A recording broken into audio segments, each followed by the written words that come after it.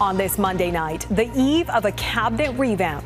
Who's set to join the new prime minister's inner circle, how it'll be split into two groups, and who's getting a new portfolio. A new week of grueling cross-examination at the Hockey Canada sex assault trial. How the defense focused on the complainant's medical records. The palace in the sky waiting in the wings for the U.S. president. I think it's a great gesture. The security and ethical concerns over Qatar's luxury jet donation. Plus, U.S. national parks and sparks. It's getting hot in here. The spicy videos exposing these natural wonders in a whole new light. Global National with Donna Friesen. Reporting tonight, Neetu Garcha. Good evening and thanks for joining us. All eyes are on Ottawa on the eve of Prime Minister Mark Carney unveiling his new cabinet. The Prime Minister will be at Rideau Hall tomorrow, where his new front bench will be sworn in. It's widely expected to be a small but focused team. Mackenzie Gray joins me now from Ottawa. Mackenzie, you've been busy checking in with sources. What are you hearing? Sources tell us the Prime Minister is set to seriously overhaul his cabinet tomorrow, Neetu, with over 50% of the MPs coming to Rideau Hall, first-time cabinet ministers, and they'll be split into two groups. The first group, senior cabinet ministers, fewer than 30 people, but they'll hold the key portfolios. Mr. President, are you... Including the ministers poised to deal with the Trump administration. Multiple sources tell Global News International Trade Minister Dominic LeBlanc and Finance Minister François-Philippe Champagne are anticipated to stay in their posts. But Foreign Affairs Minister Melanie Joly may be shuffled to a new job. The current Innovation Minister, Anita Anand, is expected to become the new Justice Minister. He's looking for a tight team, really one geared to deliver on an economic message that he ran on. New faces expected to be senior cabinet ministers Gregor Robertson, the former mayor of Vancouver, and Tim Hodgson, a former executive at Hydro One, the Ontario Teachers' Pension Plan, and an advisor to Mark Carney at the Bank of Canada, as well as Buckley Boulanger, the only Liberal MP from Saskatchewan. From Alberta, watch for Calgary MP Corey Hogan to make the cut. Every cabinet in Canada and Canadian history has to take into account regional representation. That does not mean necessarily someone from every province.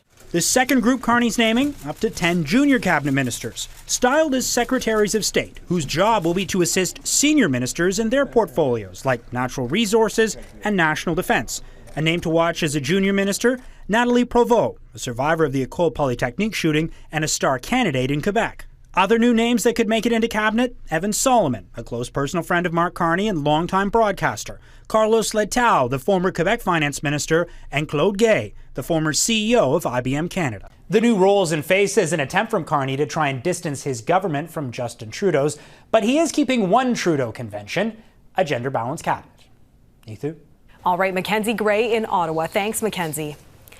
Alberta's premier is turning up the pressure on the federal government to prioritize her province's concerns. Today, Danielle Smith announced a plan to freeze Alberta's industrial carbon price to protect jobs in the oil and gas sector.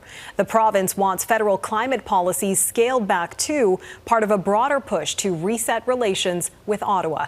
Heather Yurex-West reports. More than a month since the consumer carbon tax was scrapped, Alberta is setting its sights on the industrial carbon price as well. What we have heard from industry is that any further increases to the industrial carbon tax past $100 per ton would be detrimental to their businesses. That's why today we're announcing that effective immediately, Alberta is freezing the industrial carbon tax. The move goes back on an earlier agreement with Ottawa to raise the tax annually until meeting a federal target in 5 years. But the Premier has made no secret that her government will no longer tolerate any climate policies that limit the oil and gas sector's ability for growth, upping the ante in recent weeks by placing national unity at stake. On the one hand, she says she is a Canadian and does not want separatism. She is taking legislative steps to make it easier to have a separation referendum. Those steps include lowering the number of signatures needed to bring a referendum to vote. Though not yet passed, a group calling itself the Alberta Prosperity Project is already collecting support, claiming to have intent from 240,000 of the 600,000 people required. Its question posted Monday, do you agree that the province of Alberta shall become a sovereign country and cease to be a province of Canada? Recent polling by Angus Reid found that while only 36% of people in the province would consider supporting a vote to separate, within the governing United Conservative Party, that number jumps to 65%. I do believe that this frustration is not going to subside until there's actually, clear next steps. The Alberta problem, one a new federal government and cabinet will have to deal with head on. Heather Yurex, West Global News, Calgary. Canadians are avoiding travel to the United States in droves, according to the latest numbers from Statistics Canada. The data shows vehicle crossings are down 35% compared to this time last year. Air travel has also dropped, down 20% year over year in April. Immigration experts point to several factors, including Trump taunting Canada, his immigration crackdowns, and the low loonie. There's a breakthrough tonight in the US-China trade war. After days of talks in Geneva, both countries have agreed to a 90-day pause on most of the punishing tariffs they've imposed on each other. We do want trade. We want more balanced trade. And I think that both sides are committed to achieving that. In a joint statement, the U.S. says it's slashing tariffs on Chinese imports from 145% to 30%. In return, China is cutting their 125% levies on U.S. goods to 10%. These will hold over the duration of the truce as both sides engage in more talks to resolve their trade dispute. Global markets responded well to the news, especially in the U.S. The Dow Jones and S&P 500 rebounded by more than 2.5%, while the Nasdaq surged by more than 4%. In London, Ontario, the sexual assault trial of 5 former World Junior hockey players has entered its 4th week. The former members of Canada's World Junior hockey team are accused of assaulting a young woman in a hotel room in 2018. The complainant returned to the stand for a 7th day, facing more intense cross-examination from defense lawyers. Sean O'Shea has been in court following the developments and a warning some of the testimony is graphic. Almost 7 years after the events at London's Delta Armories Hotel, the complainant in this case, who we can only identify as EM, is on the witness stand for a 7th day. A difficult week, says a professor of women's studies who's been following the trial.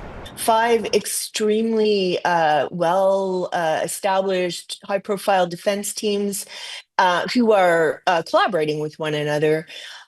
This is really, really hard. The 5 former members of Canada's World Junior team include Michael McLeod, Alex Formenton, Dylan Dubé, Carter Hart, and Cal Foote. Formenton's lawyer, Daniel Brown, suggested the 5 didn't sexually assault EM, and the complainant asked the men for sex. Brown suggesting EM said to the men, "Are you going to F me or play golf? Do you remember saying that?" EM responded, "No, I don't remember saying that at all. It doesn't sound like something I would say." She's testified there were golf clubs in the room at the time. Brown continued, "I suggest essentially you were egging on the players to have sex with you." EM, "I don't believe I said that at all, but again, there are points I don't remember," adding, "I was out of my mind, not feeling like I was in control. I did not feel like myself." It's alleged that after EM went to Michael McLeod's hotel room for consensual sex, McLeod texted his teammates to join in group sex. Texts were entered as evidence. EM testified that over a 2-hour period, she engaged in various sexual acts on the floor and in the bathroom without giving consent, and that she was spat on and slapped. She said she wasn't physically restrained, but felt she couldn't leave because the men kept insisting she stay. Jurors were told Formenton had sex with her using a condom in the bathroom. Brown suggested EM told Formenton he didn't have to because you were on birth control. EM said she didn't recall any conversation, acknowledging she was on birth control. Brown went further, asking EM, "Do you remember apologizing to him because you had sunburns on your chest from sunbathing nude?" EM responded, "I recall the sunburns. Yes, it was in the privacy of my backyard alone." Defense lawyers are focusing on inconsistencies, what EM said to police investigators and what she said on the witness stand. She'll be answering questions there until at least tomorrow. Neetu. Sean O'Shea in London, Ontario. Thanks, Sean. In New York, the trial of music mogul Sean Diddy Combs began today. He's accused of running a sex trafficking and racketeering operation for 20 years. A warning, some of the details are disturbing. Prosecutors accuse the 55-year-old of luring and violently forcing women into days of drug-fueled group sexual encounters with the help of his inner circle. Today, a Los Angeles police officer and former hotel security guard testified, saying Combs tried to bribe him after responding to an altercation involving Combs beating and dragging his ex-girlfriend, Cassie Ventura, as she tried to leave a hotel in 2016. Surveillance footage of the incident was published by CNN last year. Another witness testified he was paid to have sex multiple times with Ventura while Combs was present, and that she once appeared intoxicated. Combs has pleaded not guilty. If convicted, he faces life in prison.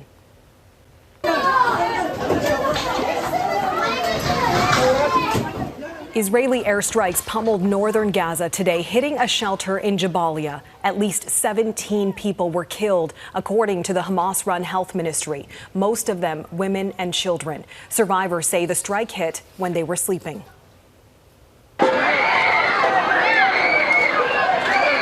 And in a stark warning today, a new report from a leading global hunger monitor says nearly 500,000 people in Gaza are already facing catastrophic hunger. The Integrated Food Security Phase Classification report says unless Israel lifts its blockade of humanitarian aid, Gaza could tip into famine by September. Today, Hamas released the last living American hostage being held in Gaza. Eden Alexander was handed over to the Red Cross and is now back in Israel, following a deal brokered between the U.S. administration and Hamas. The dual Israeli-American national was serving in the Israeli army and was among roughly 250 people taken captive during the October 7th attacks in 2023. It is an offer the U.S. president can't refuse. Coming up, the soaring controversy over the luxury jet Qatar wants to donate.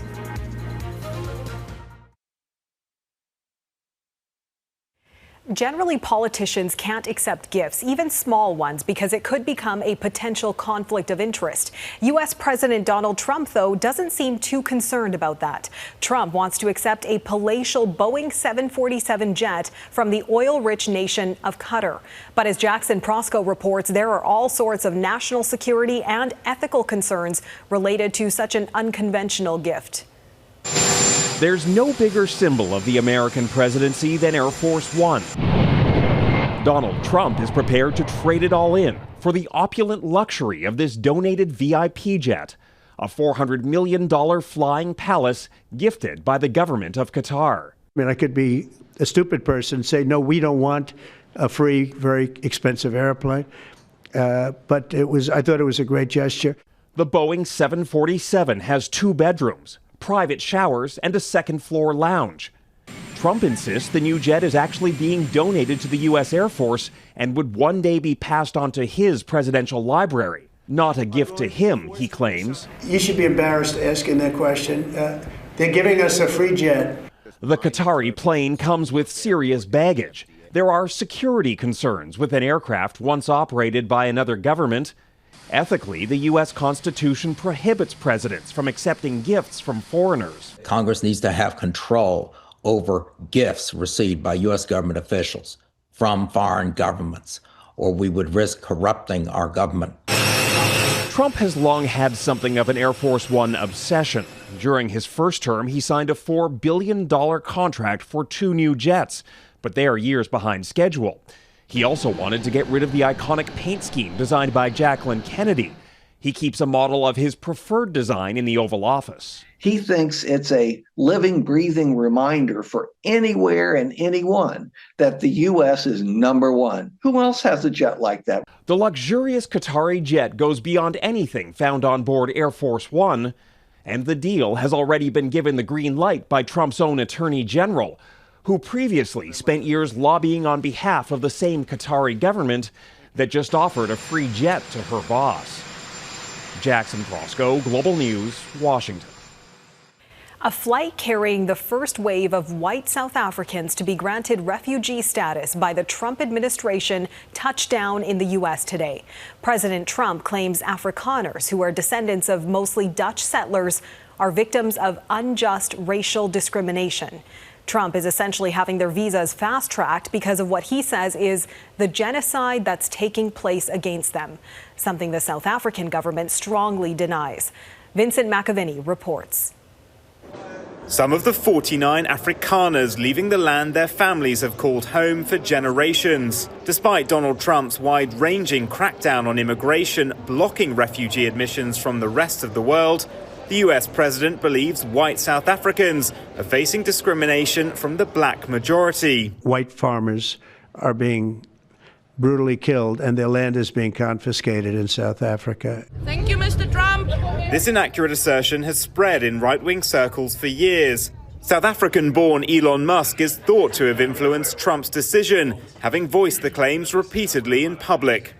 The South African government has criticized the policy, saying it fails to recognize the country's history of colonialism and apartheid. But there is no data at all that backs that there is persecution of white South Africans or white Afrikaners, to be more particular, who are farmers. And the police statistics which they could try to share don't back it. It's unclear how many more Afrikaners will follow this first wave. Vincent McAviney, Global News, London. Asylum claims spike ahead. A Global News investigation looks at who wants to stay in Canada.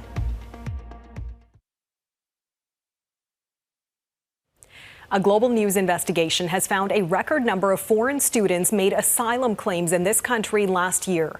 In 2024, the federal government decided to significantly reduce the number of international students permitted to study in Canada as part of the Liberal government's plan to limit immigration. Touria Izri looks at the surge and the response. With pathways to permanent residence closing in Canada, an unprecedented number of international students are seeking asylum. Foreign students know that they may have limited opportunities to stay, to get study permits, to get extensions to their study permits. Federal immigration figures obtained by Global News show 20,000 international students claimed asylum last year, nearly double compared to 2023 and 6 times higher than in 2019. And this year is on track to surpass the previous record, with 5,500 in the first 3 months of the year, up 22% from the same period in 2024. The government has closed a lot of doors for international students to apply for permanent residence through regular streams. Yes, Mr. Carney. Prime Minister Mark Carney has vowed to reduce the number of international students from 7% of the Canadian population to 5% by the end of 2027. This will help ease strains on housing, on public infrastructure, and social services. The Trudeau government capped the number of foreign student visas, limited work hours, and cracked down on so-called diploma mills. There are certain sectors of our economy that really have taken advantage of international students. You now have batches of students that have gone through that system, have a diploma that's really not worth anything. Immigration lawyers expect asylum claims and the backlog to keep growing unless the process to hear cases is fast-tracked. We do have a crisis in healthcare. We do have a crisis in housing. Have the refugees created that? No. Have they exacerbated it a bit? Probably a bit. The Immigration Department says study permits often span several years, suggesting the cap on international student visas has yet to take full effect. It also adds that the proportion of international students claiming asylum is small. Touria Izri, Global News, Montreal. Easy on the eyes. Next, why this online trend is trying to spark interest in American national parks.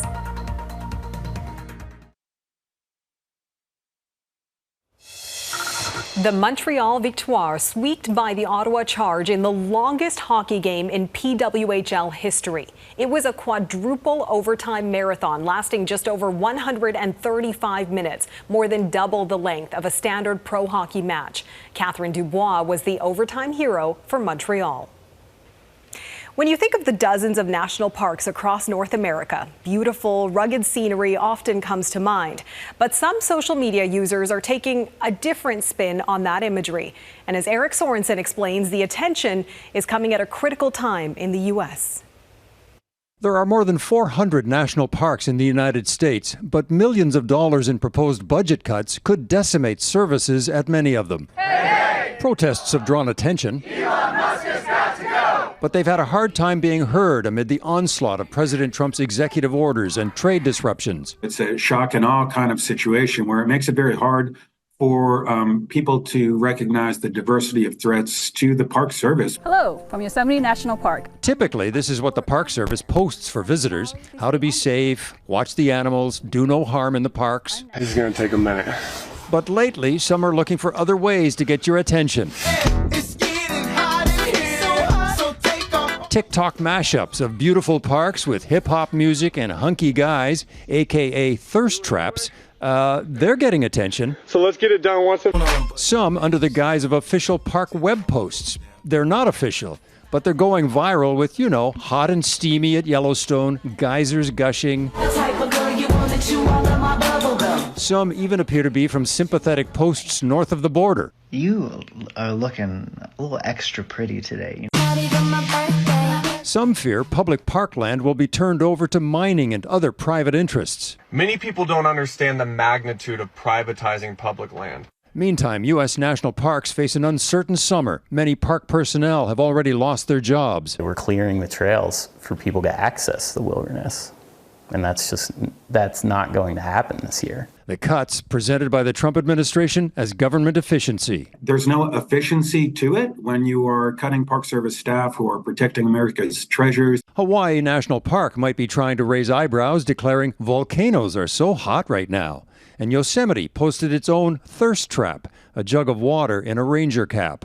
It might not cause a spike on TikTok, but they get points for trying. Eric Sorensen, Global News, Toronto. It's one way to get people's attention. That is Global National for this Monday. Canada has no shortage of beautiful wilderness, so we leave you with some of our country's national parks. Thanks for watching.